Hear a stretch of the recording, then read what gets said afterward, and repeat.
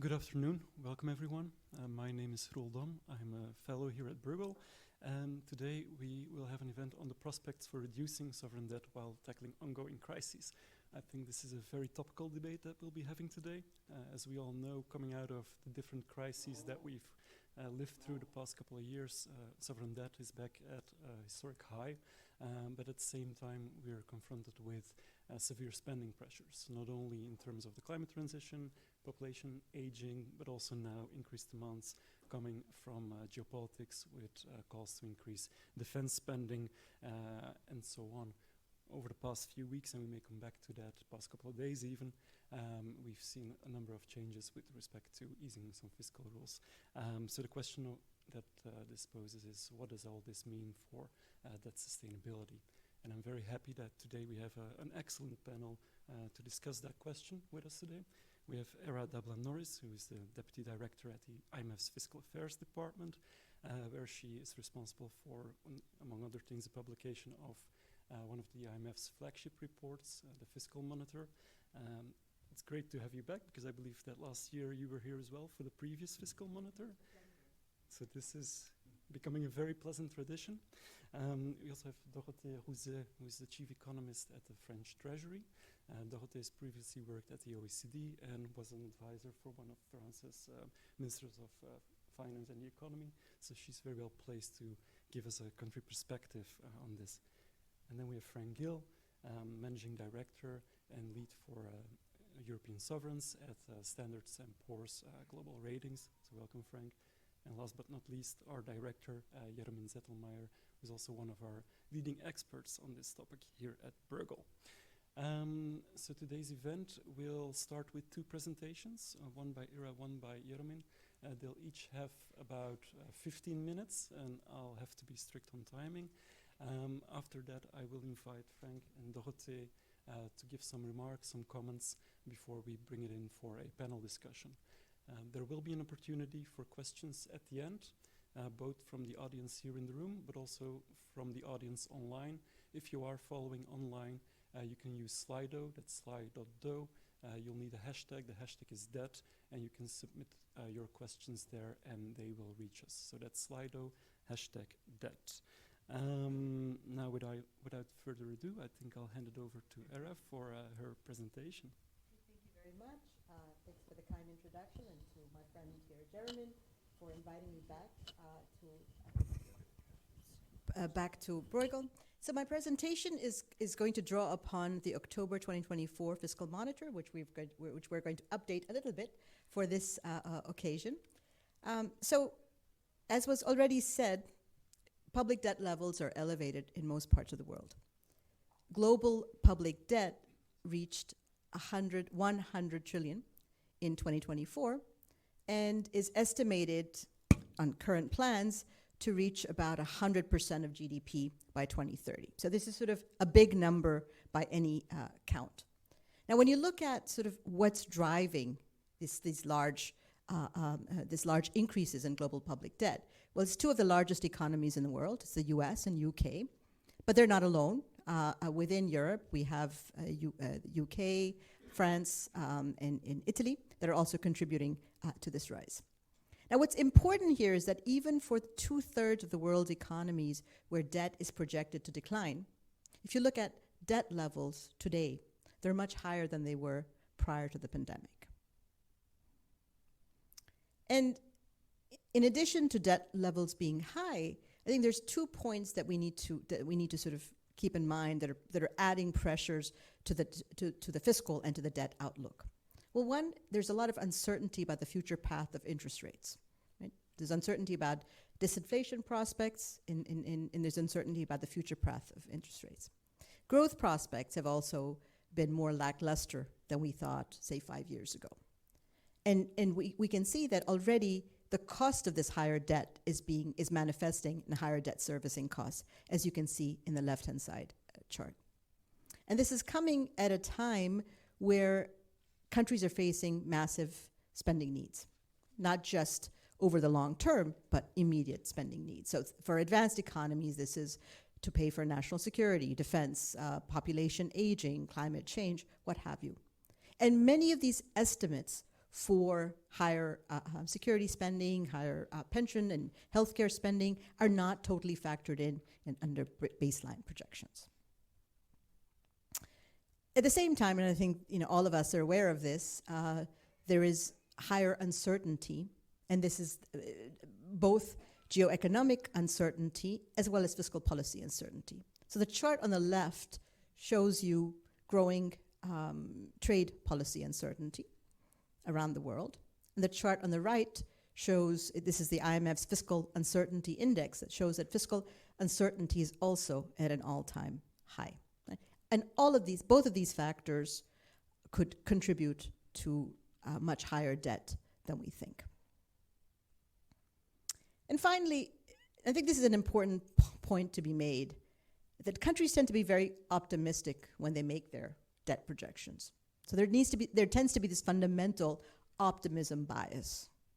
And part of it is because crises, pandemics are not really forecastable. Right? So crises will come, and future crises could come. But even in the past, these things are not forecastable.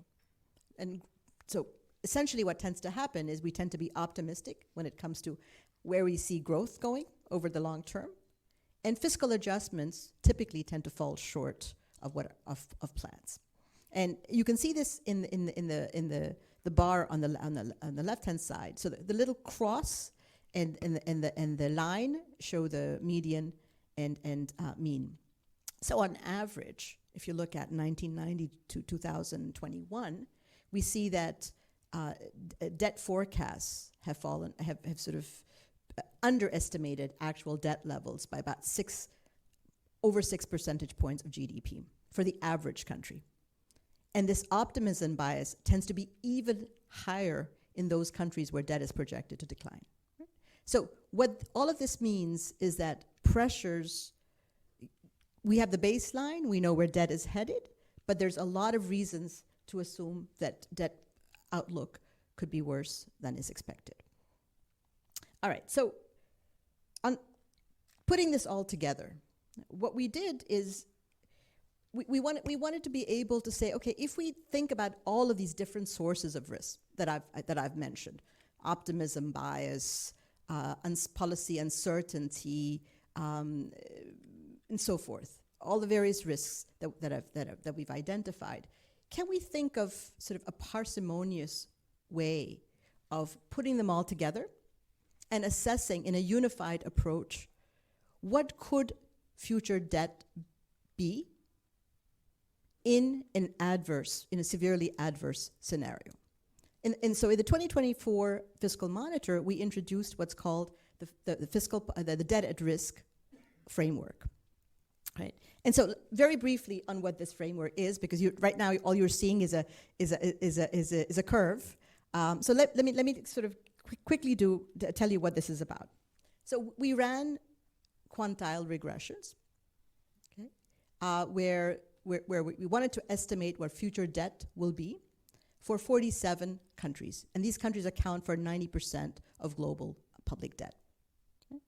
And what are the conditioning variables that we include? Well, we have sort of the standard R, G, and fiscal primary deficits and such, but also other proximate drivers, such as financial conditions, sovereign yields, as well as political uncertainties, a social unrest that could add pressure, that could add to the debt risk.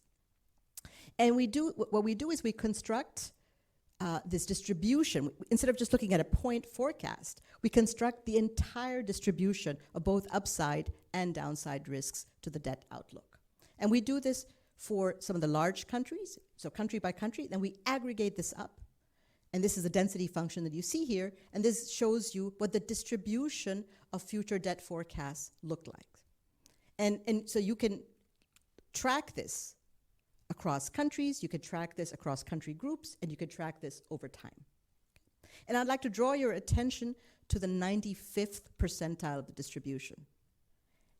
Anything that and above and beyond that is what we called debt at risks. So this is sort of the worst case scenario or the extreme scenario in the distribution. Okay?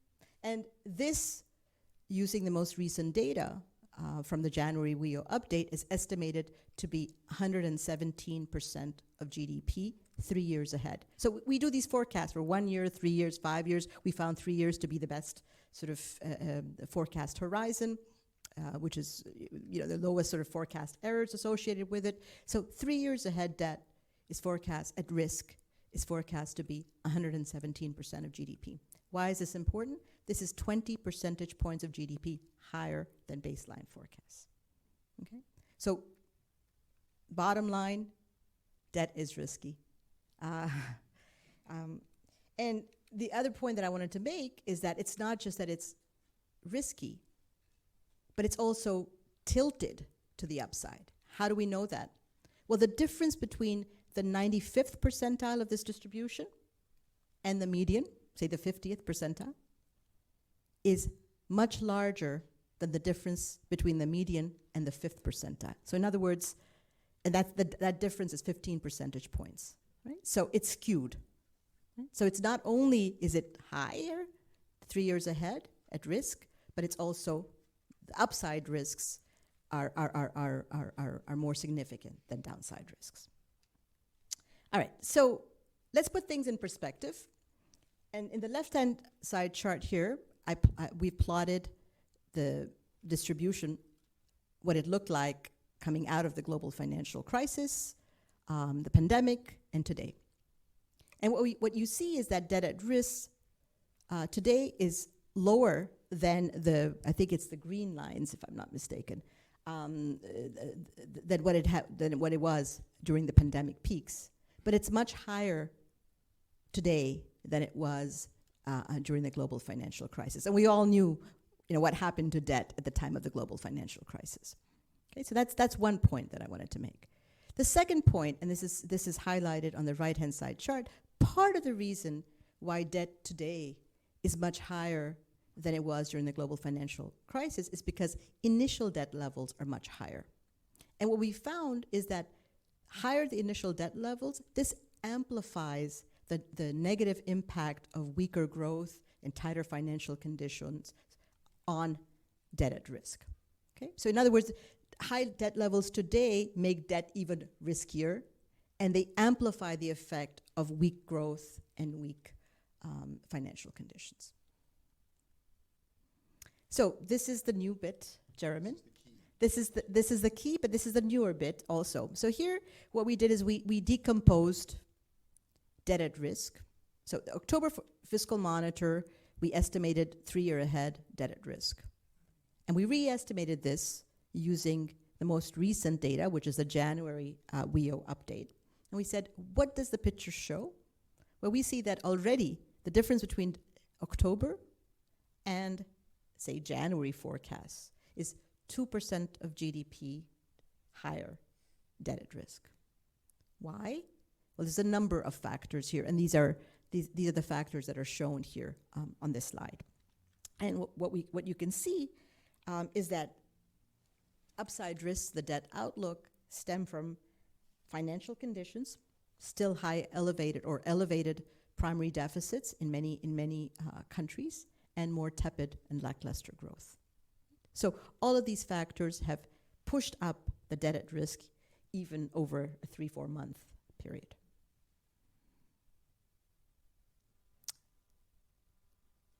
Okay, so is that the entire story? Well, no, not really. I think this is a point that is worth making at this particular juncture, which is an important contributor to debt at risk is sovereign bond yields.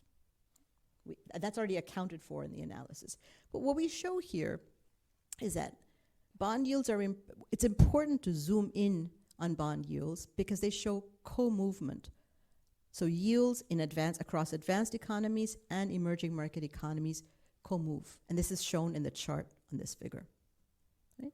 So in the October fiscal monitor, we use a dynamic factor model to assess, how significant is this co-movement over time, across countries and over time, and what are some of the proximate drivers or correlates of this co-movement, or the variance that we see, okay?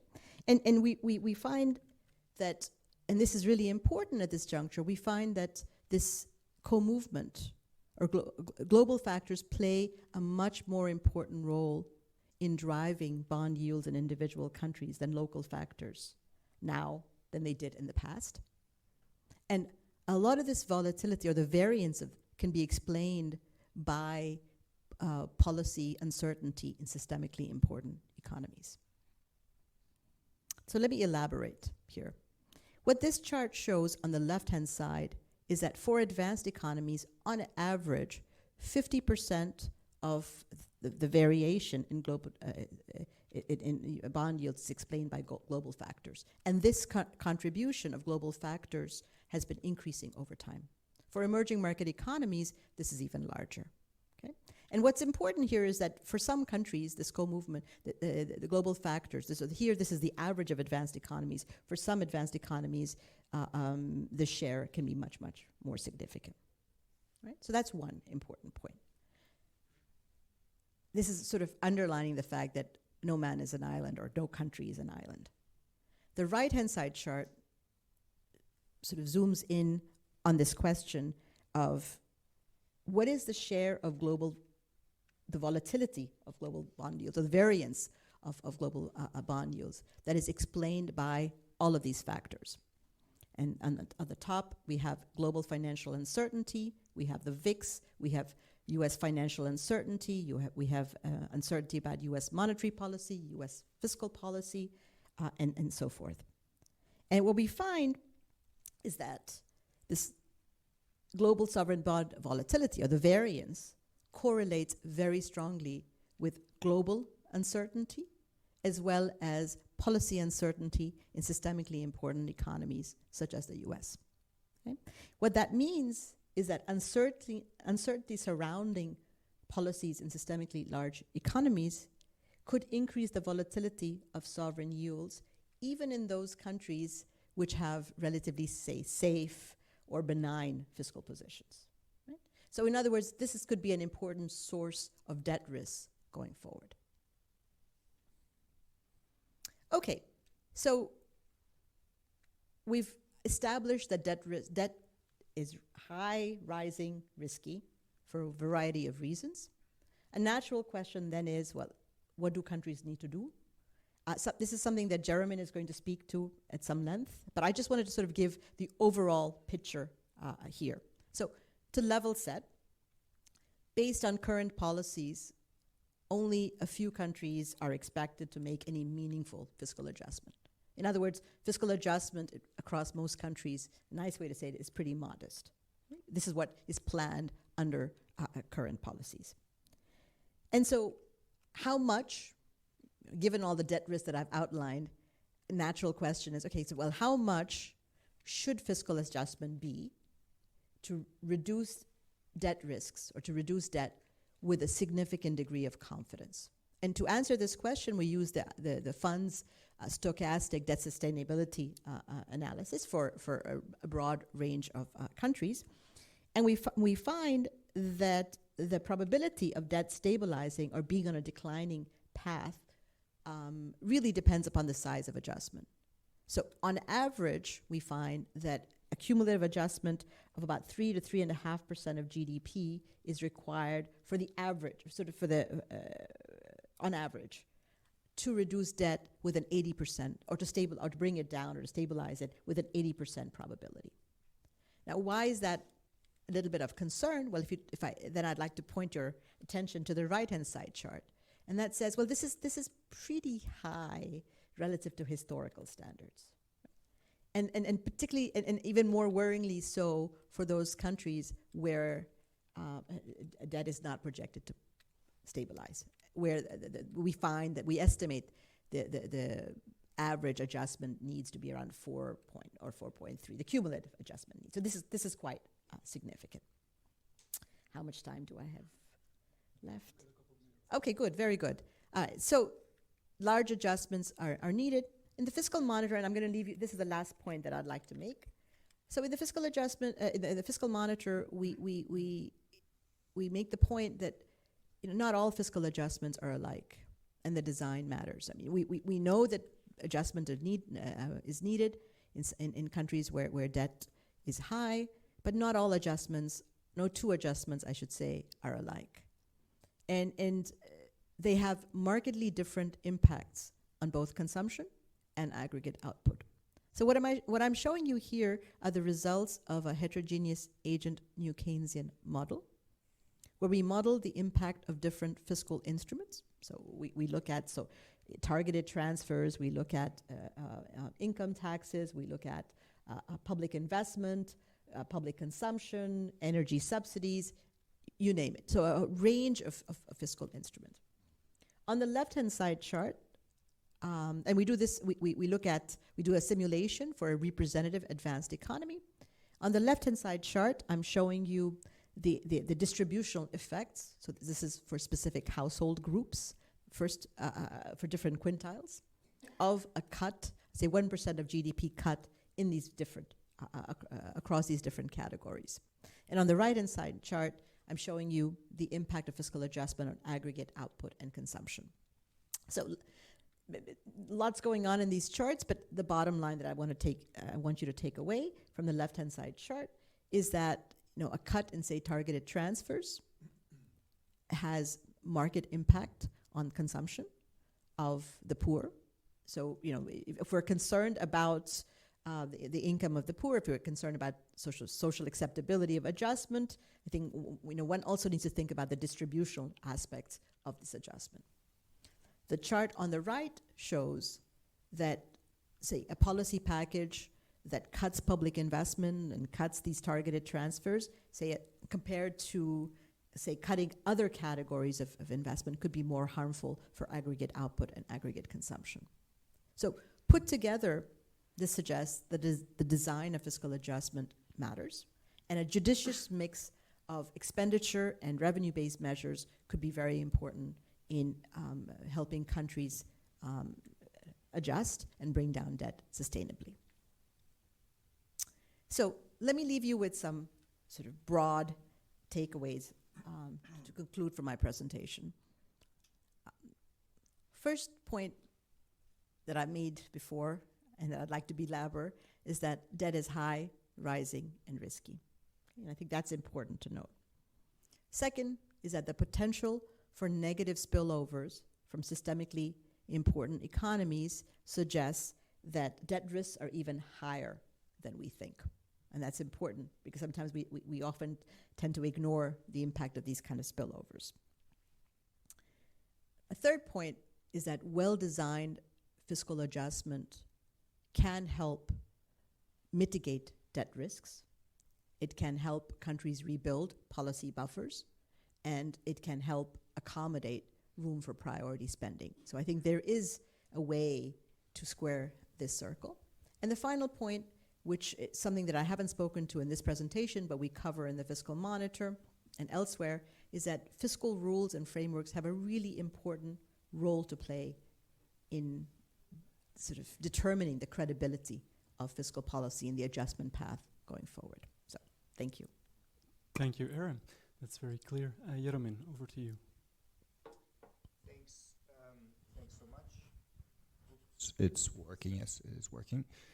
So while we wait to get my presentation up, just to say what I'm going to do is quite a bit narrower than what Eda just did. So this was a real fireworks, very, very impressive what the fund and particularly FAD has done on this. So let me, I'm basically going to pick up where essentially areas like 3 slides from the end, which is what is the sort of adjustment that would make debt sustainability feasible, right? So I skipped over the introduction because Era covered all that.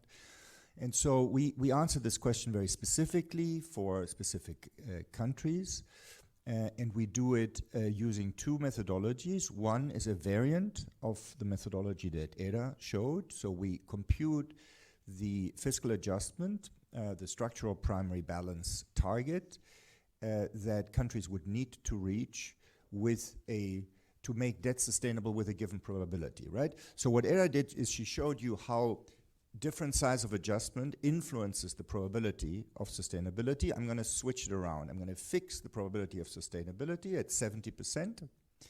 and then ask what is the fiscal adjustment that you need to get to that probability. And then the question will becomes, is that, once you have that number, is it plausible, right? And you cannot give a hard answer to that, but you can talk a little bit about historical precedent. You can talk about whether countries want to do these things in their own plans, which is a good start, right? That countries themselves don't say, oh, no, we're never going to get there, right?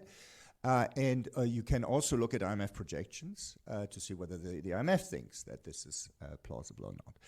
Okay, the problem with this approach is, and this is an unavoidable problem in this whole line of thinking, is that you're making an assumption about the time frame of adjustment. And usually the assumption is the medium term.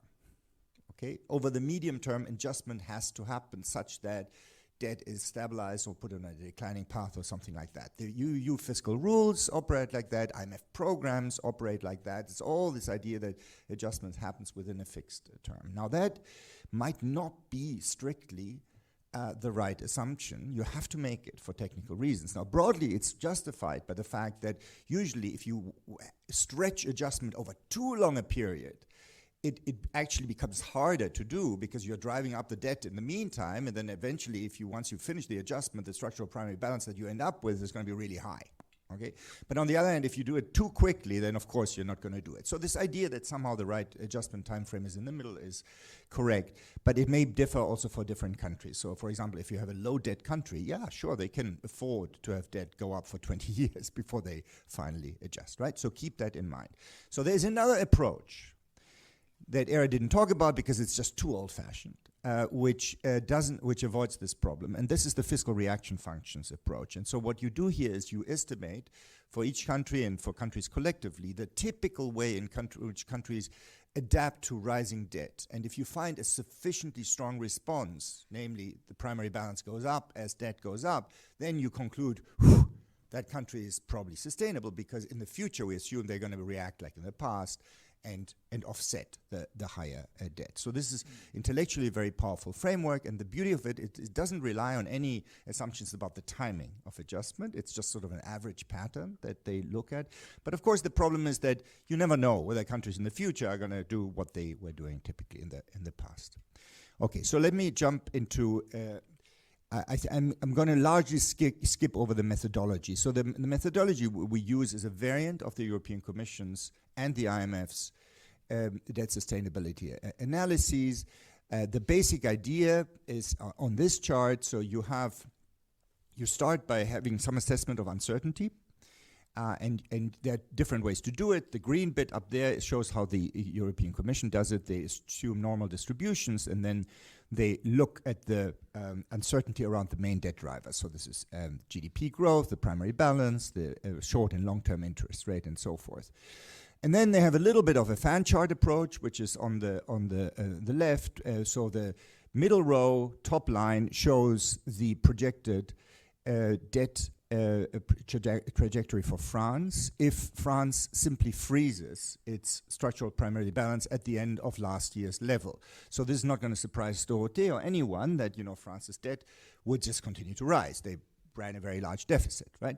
And so then what the Commission does, it asks how far do we have to push up that structural primary balance to get the debt curve to bend down. And by bending down, which is on the last column, they literally mean bending down. So they require actually a fall in the debt in the first 5 years after the end of the adjustment period. So our approach is kind of the same with three important differences. First, we don't impose the symmetry of distribution. So we allow shocks to be skewed. And that means that the entire fan chart could be skewed in the sense that the median and the mean projection vary. In the case of France, it turns out that this sort of benefits France. So France has been lucky on average in the past. And so that means that the median forecast of the debt for France is actually below the mean forecast. You can see how this blue thing bends down.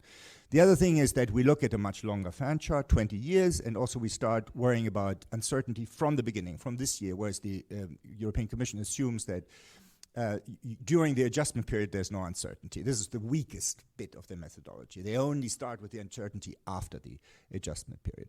And when we bend down that curve, what we look at is the asymptotic behavior of the 70th percentile of the fan chart.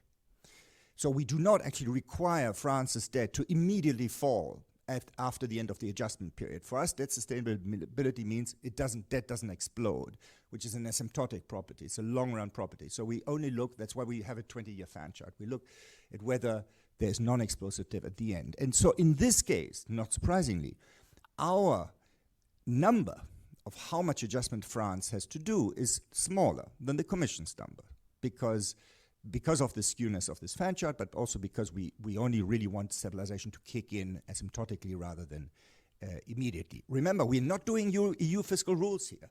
We are not interested in EU fiscal rules here. We are interested in sustainability. So, and sustainability is an asymptotic concept, but I will show you how it compares. So here's the comparison. This is the sort of most important slide. This is the main results. We have selected a few countries, and so the first 3 columns just give you some actual values of debt, fiscal balance, and structural primary balance for 24.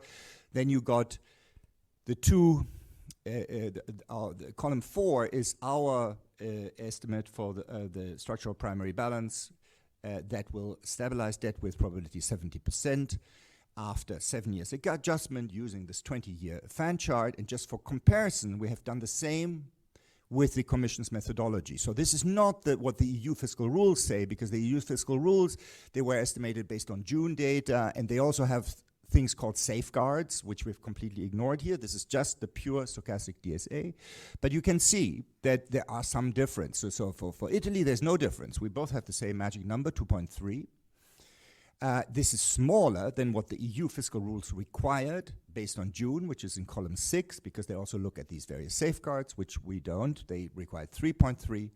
Then for France, you see that the fiscal rule required a 1.2% structural primary balance at the end of 7 years. If you just do the pure Commission methodology that dispenses of the safeguards and updates the information, you get a slightly lower number, 0.8, and our number is quite a bit smaller, minus 0.6. And the reason for that is what I showed you before.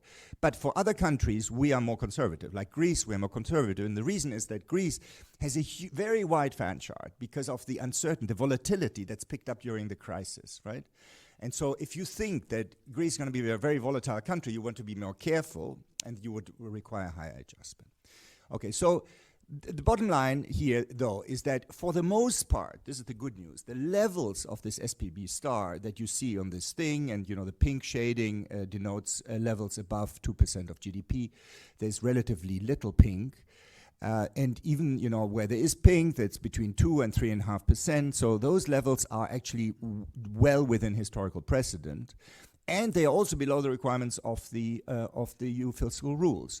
On the other hand, you have lots of countries that start out with these very big deficits. And so the fiscal effort that you need to get to these, by and large, still reasonable SPB stars is going to be very large. And so you are going to have 7 countries that are going to need to adjust by more than 2.5% of GDP. Of course, they can stretch it out over 7 years, so maybe it's not unfeasible, but we'll come to that.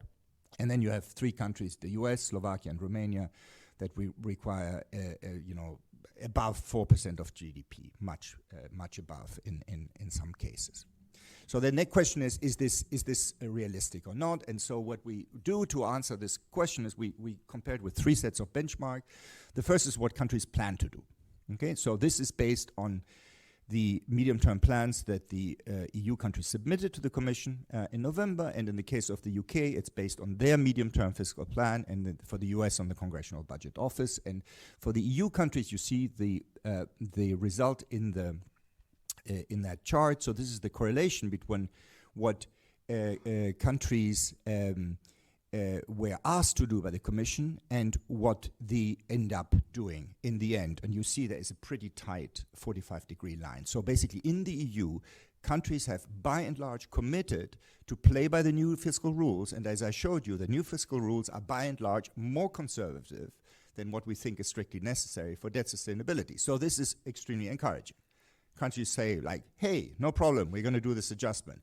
surprised me a lot. This is not the way I expected the new fiscal rules to work. It basically shows that in terms of ownership, at least, this is so far ex ante, before the pain starts, a great success. Okay, now, on the other hand, you have the historical precedent, and by and large, that's discouraging. Same result as Eda pointed out. So for the countries with the highest requirements, so this is US, Romania, Slovakia, and then France, the relative frequency, just if you simply count how often these adjustments happened since 1970, you get to 10 to 15%. So they have done it there are precedents, right? It's not completely absurd, but they have done it rarely. And then the most depressive thing is what the IMF thinks they will do. So the IMF, these are still the October WEA projections. Basically, the IMF expects them to roughly adjust by about half of what's needed. And in some countries, Belgium, I have no idea where that projection comes from, but they expect that Belgium is going to go completely off the whatever. They're going to expand and they're going to violate all fiscal rules. It's actually quite implausible. So some of these projections are a bit quirky, but generally they're not encouraging, right? So if countries were to do what the IMF projects them to do, for the most part, these higher debt countries would not get to the required levels of adjustment.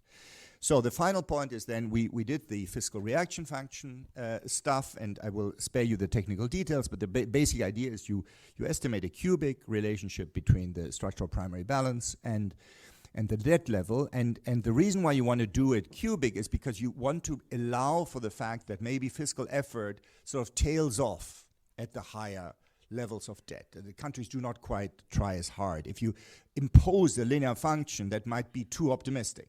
You just think sort of the typical adjustment that you observe in the past will still continue no matter how high debt levels are, even though, of course, if you have a linear function, then you need to do a lot more, right? And so that might not be realistic. This is a phenomenon that a few IMF colleagues of ours identified about 10 years ago. They called it fiscal fatigue. And the thing about this is that it implies that there's a maximum feasible debt level called a debt ceiling, where the amount of extra fiscal effort that a unit of extra debt generates is just enough to pay for the interest cost of that debt. And if you go above that, you're unsustainable. Right? So this is this D hat or whatever in this regression. And so the basic upshot of this is good news. So we have redone these regressions using the most recent data, and it appears that although these debt limits still exist, so you do see this fiscal fatigue at the bottom, they are very far from current debt levels in the EU. So they are above 200%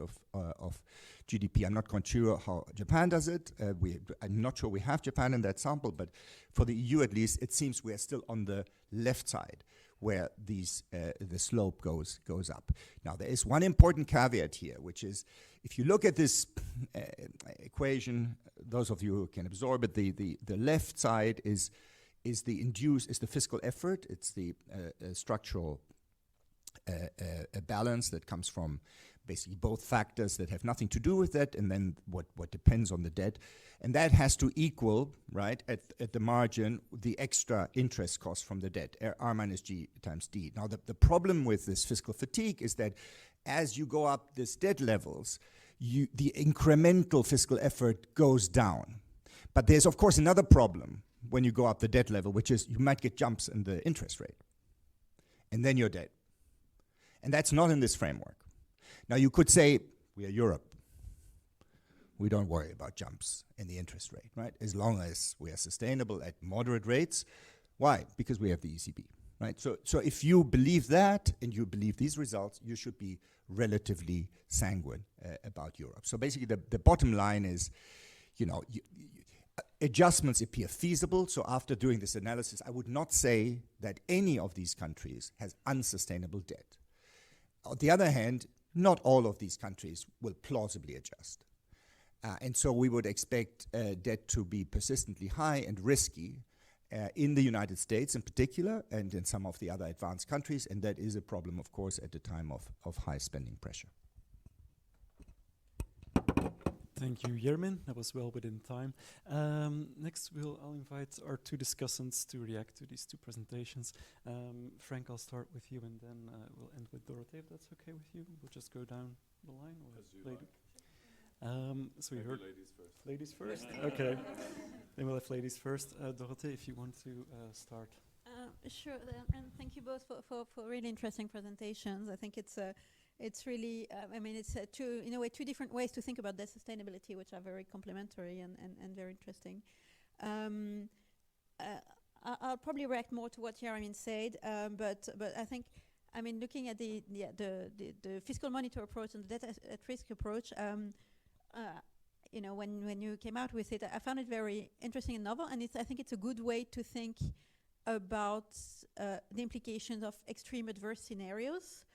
And I think now, being in a time of high uncertainty, it's valuable to have that thinking. But to us, sort of from a practical national government perspective, it's still kind of a secondary indicator compared to, baseline projections and debt sustainability analysis, because that doesn't really tell us what we need to do, right? That's sort of comprehending the impact of the risk. And in a way, it's good to put numbers on it. Intellectually, I know that if everything goes bad, our debt will jump. And the question is more, when we are not in these extreme adverse scenarios, what do we need to do? But I think it's good to grasp sort of the magnitude of what we are talking about, because then the danger is, of course, to have this sort of ratcheting approach where, things go wrong, debt jumps up, things stop going wrong, debt is stabilized, etc. So, and that's an issue we've had in the past. Going to maybe more Jeroen's presentation.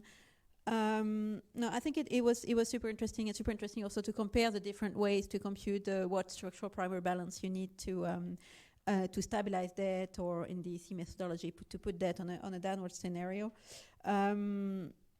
I think it is reassuring for us to see that whichever way you do it in your different columns, the required adjustment is actually within the bounds of what we have as a country have committed to do in our medium-term plan, and actually under your methodology quite well below the 5.5 percentage points of adjustment that we have committed in our medium-term plan. So that's reassuring, and I think your suggestions for how to improve the Commission methodology are very good avenues for reflection, especially the part about taking into account uncertainty in the first 7 years, because I think that too, I think if recent events tell us something, is that the uncertainty in the next 7 years is probably something we need to think about quite clearly. A small question that I was wondering, as you said, well, the difference with the Commission methodology, besides updating, etc., a big part of the difference in our results is that you don't take the safeguards, but I understand also that you don't take the deterministic adverse scenarios, and I think for France that might also have an impact. Then maybe turning to what you both raised, which is how credible is this? And I think that's in a large way the key question. I have to say, commenting on the different ways to look at it, how frequently did we do it before? Of course, that's a relevant way to look at it, but I wouldn't overstate it. Partly because you have to think also about, well, how often did we need to do this historically? And the answer is not that much. So we've never, from a French perspective, we've probably never been faced with that issue the way we are now. And therefore, well, if you say, well, did we do 3, 4, 5 percentage points of GDP in fiscal adjustment before? Well, if we didn't need to, we didn't do it. I can tell you that. The question is, are you going to do it when you do need to? And in that respect, I think you have to think, well, first, did you do what you needed to do historically? It took time, but we did get out of EDP last time around in 2018, having some tough fiscal decisions then. We forgot it because, then COVID came and everything went the other way. But when it needed to be done, it wasn't easy in France, but it did yield results. The commitments are there. I think it's important also to stress what you stress in terms of the importance of national ownership under the new fiscal rules. That is something that we cared a lot about in the discussions about reform of economic governance. And I think it works in terms of having the path and the targets be thought of as the national government's targets and not the Commission's targets. And that's really important in the public debate. And that feeds back to the question of credibility and how often did we do this before. Because I think, if we look at the French public debate, I mean, it is a heated topic. Anything that is about public finances and saving and taxing, etc., is a heated topic. But you can see that public finances and debt are now very much present in the public and political debate on all sides, which would not necessarily have been the case in past episodes when we needed to adjust, but we needed to adjust probably a bit less, and the sense of urgency was not there. Now, I think, I mean, the means to do it is not politically consensual by any means, but the fact that we do need to restore our public finances is fairly consensual. And that, to me, speaks to the credibility of whether this will happen in a way that, of course, you don't see in the number. I would also not, I mean, I'm not surprised that if we say, well, is it encouraging to look at the IMF fiscal projections? It is, I mean, of course, the IMF fiscal projections do not tell that we, or any country really, is going to do the required fiscal adjustment because they are done on the current policies. And current policies in 2029, well, I mean, the fiscal projections are legislated policies, no policy change. Budgets are annual. I'm not losing sleep over the fact that I don't yet have the details of how we are going to do savings in 2029. I think what's important there is the political commitment and whether the political commitment stays. We spent a lot of time on the 2025 budget, which passed with significant savings. Now we are starting to spend a lot of time on the 2026 budget, and we probably will not worry about the 2027 budget until the beginning of next year. That's how things work. So of course, you know, we also do projections under current policies, and projections are in the current policies are always going to be more deteriorated than commitments, sort of by design, but that doesn't tell you that the commitment isn't there. And maybe last comment from me on the fiscal fatigue concept.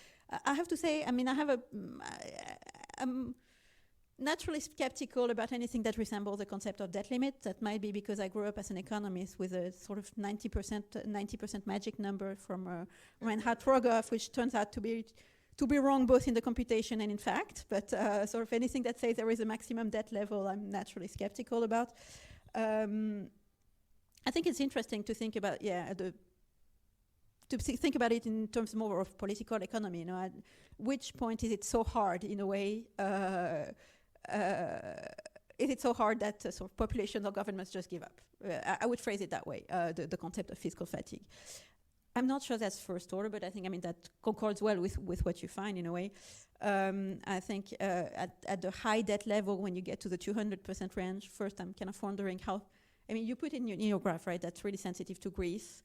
Whether if you sort of take out Greece or if you add Japan, you would really get the same shape. I'm not entirely sure. So I'm wondering a bit about that. And I think at that level, probably the feedback from high primary deficits to debt is probably more important than the other way around. And sure, you lag by 1 year, but there's inertia in all of this. So probably the causality is also in the other direction. And then, I mean, I don't need to tell you there's a lot more in debt going into debt sustainability. But I think the first order concern is probably more what you touched on at the end is the extent of feedback from debt to interest rates and spread and financing costs.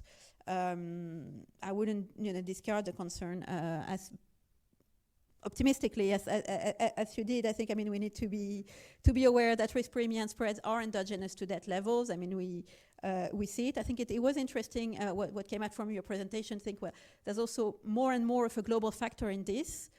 But which also tells us then there's less national control over your financing costs. In a way, you can try to get your own fiscal house in order and not necessarily get the benefits in terms of financing costs if something else happens in the world. So, you know, it's a bit double-edged, and I think that's something that is probably more first order for me than the feedback from debt levels to fiscal fatigue.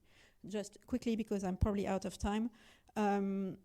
Last point is, I mean, this endogeneity of interest rates sort of gets us back to when we think about debt sustainability. We haven't said R minus G yet, so I feel obliged to say it. You know, in reasons to worry or reasons to not worry, I think reasons to worry we hear about. We have fairly low growth. Interest rates are probably going to stay higher than they were for a while. But still, I think, I mean, if we look in most advanced economies, the IMF still expects negative R minus G in the next 5 years. We still have the factors pushing interest rates down that we had before the pandemic. So I think, I mean, this is still Probably a factor that makes us worry less, although it is very, very uncertain and subject to volatility in geopolitics, both on R minus and on G. But I think this also tells us that to the extent that we do have control over it, I would link it back to what you presented at the end about the importance of the composition of consolidation. Very much shared what you said on that. Also because it means you're trying to, well, basically it's the importance of trying to consolidate in a way that is quick and smart enough to not trigger an increase in R because you would delay too much, and at the same time to not trigger a decrease in G, and trying to keep this balance. And I think, I mean, this is in a way the fine line we're trying to walk, to have the gradual and smart approach to consolidation, and we'll have to continue that over the next years.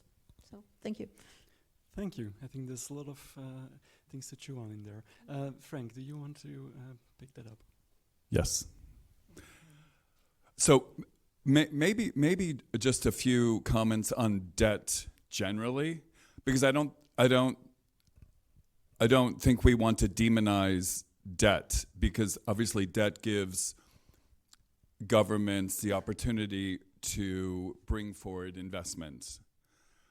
And so when used prudently, especially for purposes of investment, it can actually increase potential growth and maybe, as Ronald Reagan once might have said, pay for itself by boosting potential growth. So that's something to consider. And when S&P Global looks at creditworthiness of countries, we do take a lot of time looking not just at public debt, but at private debt. And I think in advanced economies, if you look over the last decade, especially since pre-pandemic, in most cases, private debt has fallen as much as public debt has increased.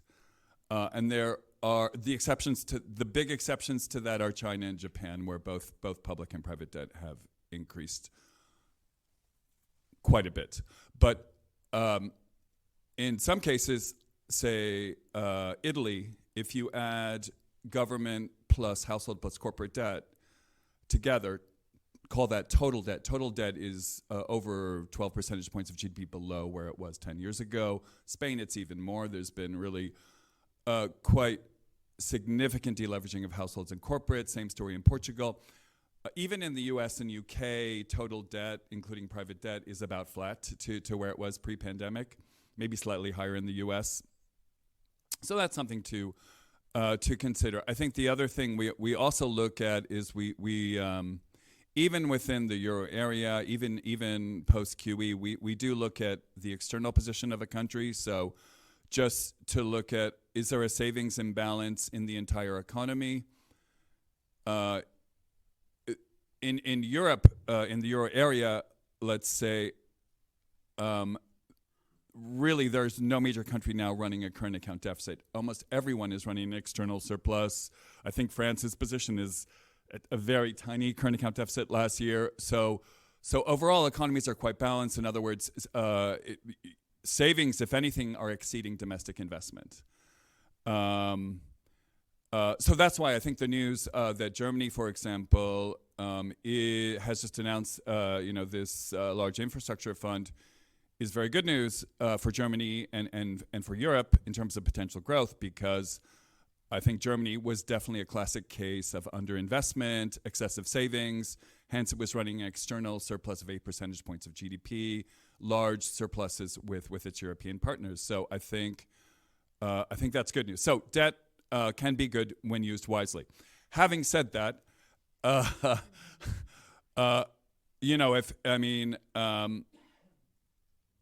so I think this idea of debt at risk, really trying to quantify how bad things can get over the medium term in terms of debt sustainability is very useful, and could even potentially be somehow integrated into an approach to fiscal rules.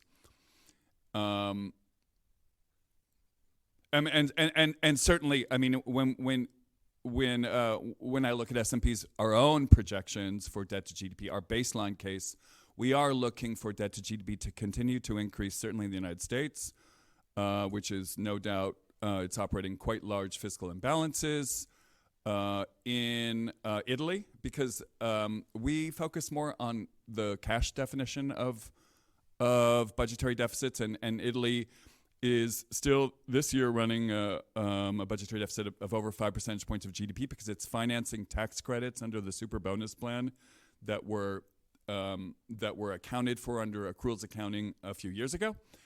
So we don't see Italy's debt to GDP declining even beyond 2027. We're forecasting an increase for France. On the other hand, and this was clear from the Fiscal Monitor, there are different stories.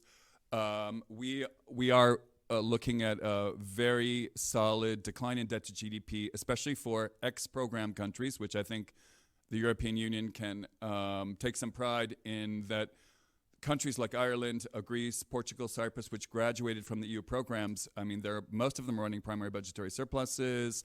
Most of them are also benefiting from pretty positive nominal GDP growth. In some cases, being boosted by pretty robust net immigration.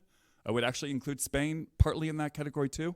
If you just look at the difference between their cost of funding and potential growth, even new debt for Spain, the cost is still about 200 basis points below the growth rate, and the primary budgetary position is in balance.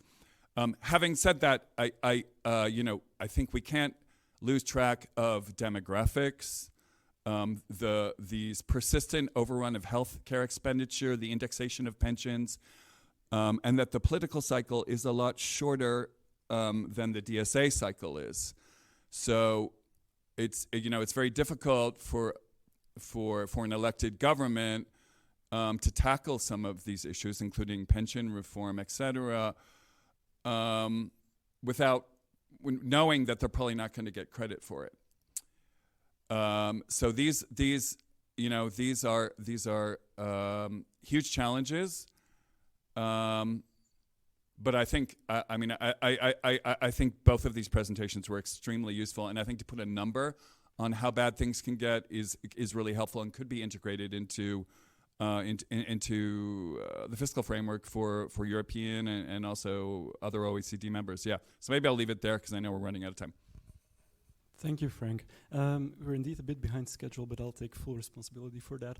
Maybe before, I want to give the audience an opportunity for Q&A, but I first want to come back to you or give you the floor to react to some of the things that we've heard. Maybe Jeremy, I'll start with you, and then Frank, Dorothee, and we'll end with Era. But before I do, I want to throw one more thing in there, and that is some of the news that we've seen coming out over the past few days, right? So we've seen proposals to ease fiscal rules at the European level in order to boost defense spending. Obviously, there's the German debt brake that will be loosened as well. So I'm left wondering, what does this all mean for debt sustainability?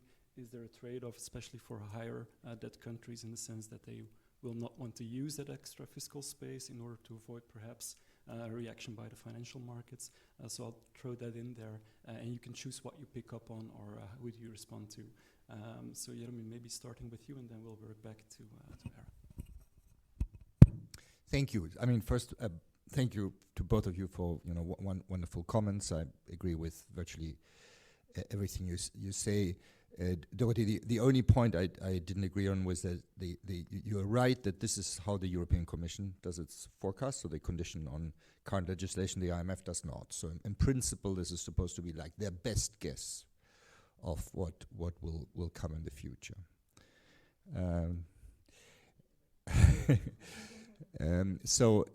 But on the points that you raised, so the news we have seen is largely good because when these are exceptional times where we do need the flexibility, and of course the German news are particularly good because Germany has the fiscal space to sort of go big on infrastructure and defense, and we've all been asking it to do so for many years now. the only sense in which this is maybe has a potential unintended consequence is that it may put too much emphasis on the national level response to these crises, right? So the assumption is apparently that, what the Commission can do is, give flexibility under these rules, or point out that an existing feature of the rules can be used to accommodate an emergency surge in defense spending. But it would be nicer to have a common European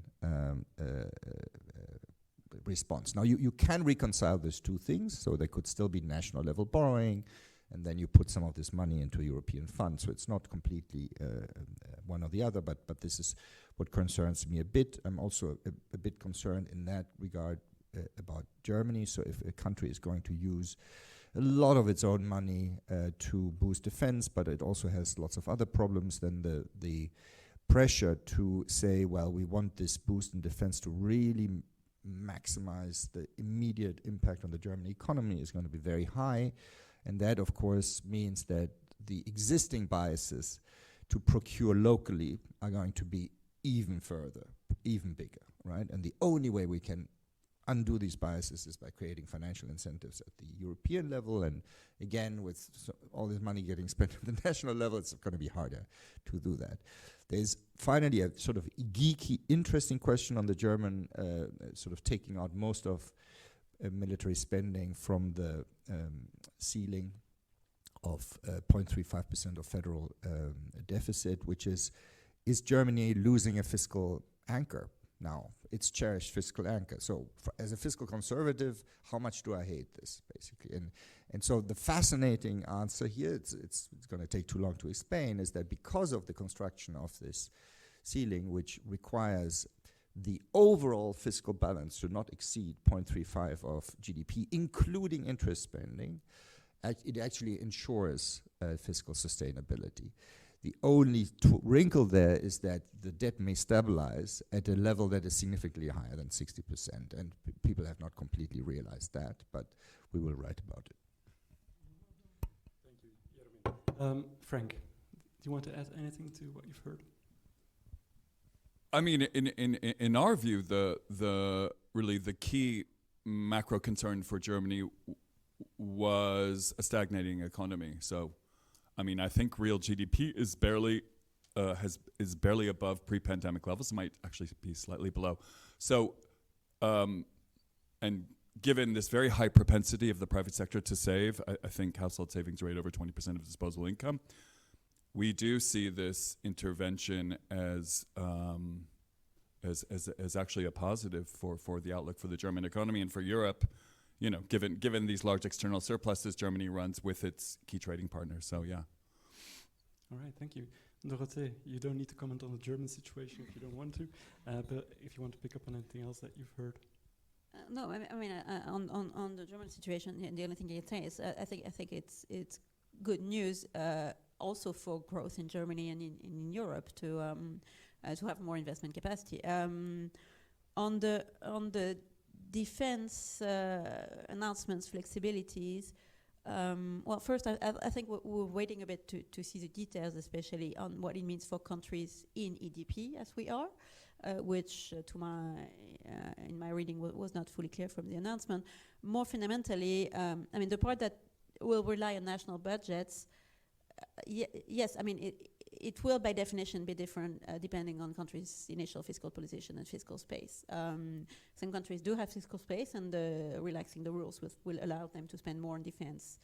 Through that, I think the position France is in, I mean, yes, we will have to make room for more defense spending, but we will have to make room for it with less spending on something else. We can't just start ignoring debt sustainability because there is a relaxation of the rules. So in any case, I mean, we all come back to the issues we just discussed. And I think if we have security concerns, probably starting with the sound public finance situation is probably a better place to be. On this, I think, I mean, I agree with you, I mean, to some extent. I mean, I think the attention has focused on the flexibility in fiscal rules. there are other things in the announcements and other ways that are maybe attracting less attention, but are also important at the EU level in terms of relaxing the EIB's doctrine for investment in defense. That can be very powerful in terms of flexibility in the use of cohesion funds. That's also significant amounts of money. So there's also things that don't rely on national budget that can be very powerful in terms of expanding defense capacity and the European industrial defense space, which is also a goal we should have in sight. Thank you. Era, the final word before we go to the Q&As for you. Just quickly to react to Dorothy. So thank you for both, first of all, for the nice set of comments. Just very quickly, so there's some work at the IMF, which I think is frankly very good, on trying to look at debt limits, and it's sort of very new. It's going to be released soon. And the idea, I think, the bottom line there, which I thought was very interesting, is that these limits, they're not sort of fixed. They vary over time. So we can quibble over what these limits are, but it's also important to note that they're not static. They can change, and they can be endogenous themselves. So I think that's very important. The second point, R minus G. I mean, there's a lot been said about R minus G already. So deliberately took that out of my presentation. But the point that I wanted to make it's not just about R minus G. It's about the second moment also. And there's a lot of uncertainty both about R and about G. And I think so we seem to be in a world of greater uncertainty on the whole. And I think many of these things that seemed fine, if you just look at the first moment, maybe in a second moment, we need to be a little bit more cautious. Sort of what's been said, the IMF has long sort of talked about the importance of increasing investment in Germany. So I think that's sort of a net positive. A lot of details still to be ironed out on the defense side, but we do agree that there's probably going to be a whole range of policies will need to be looked at given differing fiscal positions across countries. And the important fact is that defense, if you think about it from a pure public finance perspective, it's a public good. So there is obviously a central case. There's economies of scale and so forth associated with it. And another important question on the table is what could be the macroeconomic impacts, and one would have to think about multipliers and what these are for different components of spending and so forth. So it's very interesting questions and lots for us macroeconomists to think about in the time ahead. One final point that I wanted to make, we talked about pension aid spending, just a quick plug. The forthcoming fiscal monitor is going to be looking at the sort of the social acceptability of pension spending and pension reforms in this April.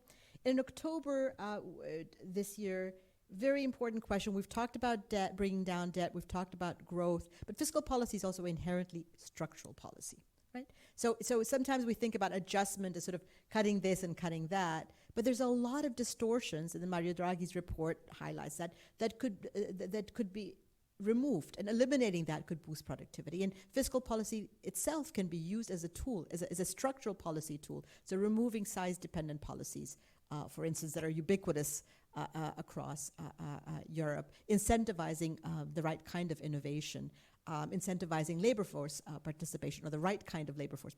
All of these are policies that also fiscal policy can undertake to boost productivity. So let me stop there. Thank you. We have time for a few questions, so I'll look at the audience in the room and I'll look at the audience online. I have the gentleman on the first row. Anyone else? So please introduce yourself and yeah.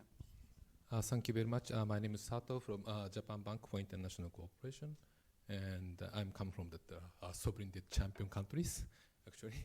And I have a question about that. This year, it's very important year for EU. That now EU already started the next 7 years the budgetary plan discussion.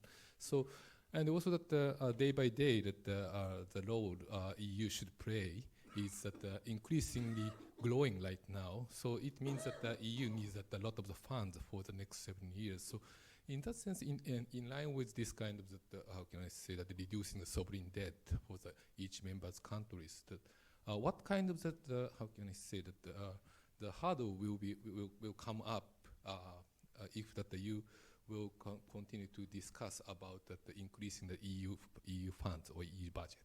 Thank you very much. Thank you. Is there another question in the room? If not, we'll take one from the online audience. Then we'll look at, on Slido, we have the first question there by Marek Dabrowski. To what extent is over-optimism in debt projections politically driven? I think, Ira, that's one for you. And then the second one, Jeromin, there's a very technical question for you. If you could tell us a bit more about the shock distributions for RNG that were obtained and the crucial differences with the Commission. So we have one question on the EU budget. I don't know if anyone wants to volunteer to react to that one. I could take a stab. Sure. So I think the current international environment maybe perhaps is an opportunity for the euro area to try to claw some market share away from the US dollar, given, some unpredictable policy shifts coming out of the United States, the fiscal story in the US. And I think there is enormous demand for a pan-European asset, so for more EU debt to be issued. I think the challenge within the EU is to move ahead and identify own sources and fiscal transfers to the EU itself, which is borrowing, but I mean, if you look at its financial statement, it's pretty much carrying a very large pension liability, but isn't really sitting on much in the way of assets. So, but I do think that this is an opportunity for the EU to deepen its capital markets, to move ahead in capital market reform, and why not seize the opportunity? And I think that it is connected to creditworthiness, because monetary flexibility and fiscal flexibility are interlinked. Yeah. Thank you. Ira, do you want to have a go at the first question from the Slido deck? Yeah, no, I mean, I think there's a large sort of literature. Alberto Alesina and his colleagues wrote about the sort of the political aspect, the political reaction to fiscal adjustments in the past and so forth. So yes, and to the extent that cutting spending and raising taxes can be difficult to sell. It's hard to get consensus around these types of policies often because it creates winners and losers.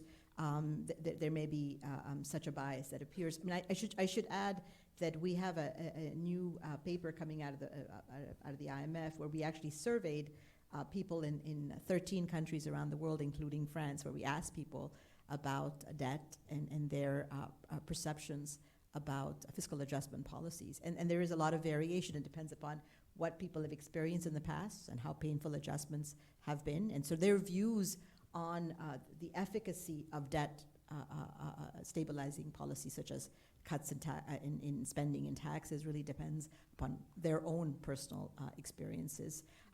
But providing information on debt levels, having that sort of clarity on what this means and what the trade-offs are actually does shift public opinion. Great. So very much along the lines of what Dorothy said. Thank you. Jermin, do you want to add something on the technical question from the Italian Fiscal Council on the shock distributions for RNG? So first, we're going to publish a paper on this, and I can send you a draft if you want. But the short answer is we use the methodology of the European Central Bank, which they laid out in a 2017 paper. It involves estimating a VAR and then bootstrapping errors, whereas the Commission assumes that everything is normal and then estimates the variance-covariance matrix. I think, I mean, on the big question at the beginning, how do we deal with the fact that Europe as a whole has a fiscal constraint, right? So also shifting things to the European level are not necessarily going to get us a lot. So I think there are sort of three answers at the level of increasing pain. So the easiest answer, but the hardest thing to do in practice is along the lines of what Ira said at the end, which is you do structural policies that are good for fiscal and for growth. So this is essentially the Draghi agenda on the growth side. And some of that does then involve doing more at the European level for efficiency reasons, right? Collaboration, for example, on energy, having genuine electricity market unification could reduce energy costs, and that then both reduces the need to subsidize and increases growth. So that's sort of the golden approach, win-win. Then there's an approach where there are trade-offs, but you try to finesse the trade-offs. And so my favorite is that a lot of what we have to do, these huge investment numbers are catch-up, right? These are about temporary investment efforts to upgrade. And so it turns out that even a relatively large temporary investment program can be debt financed with a relatively modest permanent fiscal adjustment, because something is one thing is temporary, the other thing is forever, right? So roughly speaking, if you have a 10% of GDP extra borrowing, and the famous R minus G is 1%, then the extra fiscal adjustment you need to pay this off is 0.1% of GDP. It's much smaller. So a lot of it is about that. But then that doesn't work for defense, because defense is permanent, or to a first approximation, maybe for the next generation, okay? And so there, unfortunately, I have to agree with Dorothee that this has to be then offset largely by cuts in other spending, and this then gets you to a very interesting question, which is maybe what the Germans are proposing on the debt brake now too heterodox, which would be kind of a fun situation for Germany to be in. I think that's a great note to end today's debate. Lots of things to pick up on in future research and future publications, but join me in thanking the panel, Era Dabla-Norris, Jürgen Zettelmeier, Frank Gill, and Dorothee Rose. Thank you so much for being here today.